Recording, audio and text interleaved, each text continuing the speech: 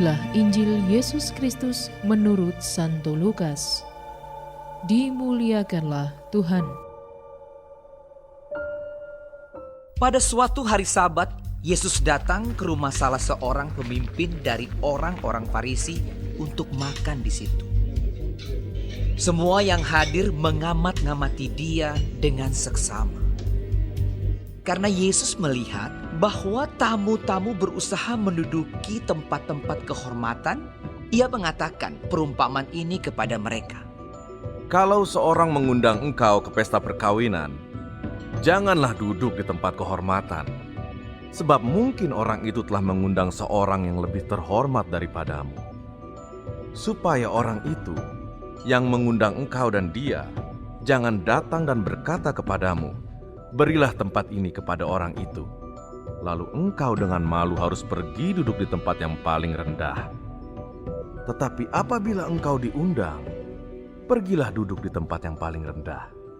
Mungkin tuan rumah akan datang dan berkata kepadamu, "Sahabat, silakan duduk di depan."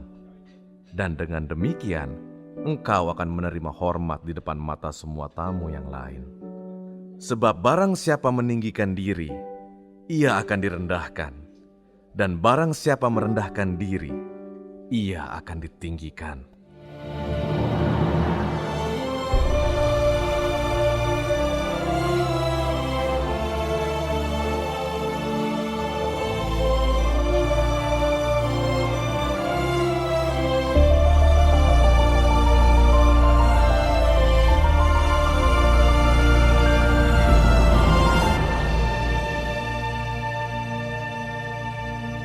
Demikianlah Injil Tuhan.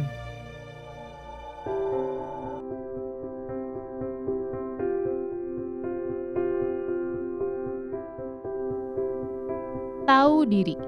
Renungan oleh Bruder Antonius Widi Nugroho Okar.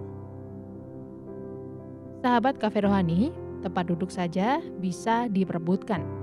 Orang duduk di tempat terdepan supaya dihormati orang lain. Hal inilah yang dikecam oleh Yesus pada orang Farisi yang hanya mencari pujian dengan duduk di tempat kehormatan. Bagi Yesus, kehormatan seseorang bukan ditentukan di mana ia duduk, melainkan sikap hati. Barang siapa meninggikan diri, ia akan direndahkan. Dan barang siapa merendahkan diri, ia akan ditinggikan. Sikap rendah hati ditunjukkan dengan menyadari keterbatasan kemampuan diri atau tahu diri, sehingga bisa menempatkan diri dengan baik. Dengan demikian, seseorang tidak sombong dan angkuh. Ciri seseorang yang rendah hati yaitu mengakui kekecilannya, kekosongannya, keterbatasannya, ketidaksempurnaannya. Tanpa Allah, manusia tidak dapat berbuat apa-apa. Semua yang didapat merupakan karunia dari Allah, dan manusia bergantung hanya kepadanya. Hidupnya terpusat pada Allah dan tidak mudah putus asa. Oleh sebab itu, ada damai di dalam diri orang yang rendah hati. Kerendahan hati adalah sarana untuk mencapai kesempurnaan kasih kepada Allah dan sesama. Lewat kerendahan hati, kasih Tuhan akan tercurah dalam hidup seseorang, sehingga kehadirannya akan membawa kesejukan bagi sesama. Memiliki kerendahan hati bukanlah hal yang mudah, tapi bisa diupayakan asal ada usaha, penyangkalan diri dan mohon rahmat dari Tuhan. Dia akan senantiasa menempa diri kita menjadi pribadi yang rendah hati lewat persoalan-persoalan hidup kita. Bagaimana kita tetap setia dan rendah hati dalam menyikapinya? Santo Agustinus menyatakan tentang bagaimana seseorang bisa mencapai kesempurnaan hidup rohani, yaitu dengan pertama kerendahan hati, kemudian kerendahan hati, dan yang terakhir kerendahan hati.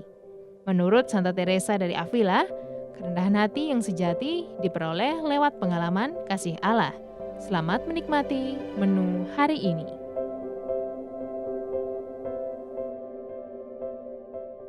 Renungan juga bisa Anda baca selengkapnya di Cafe Rohani edisi bulan ini.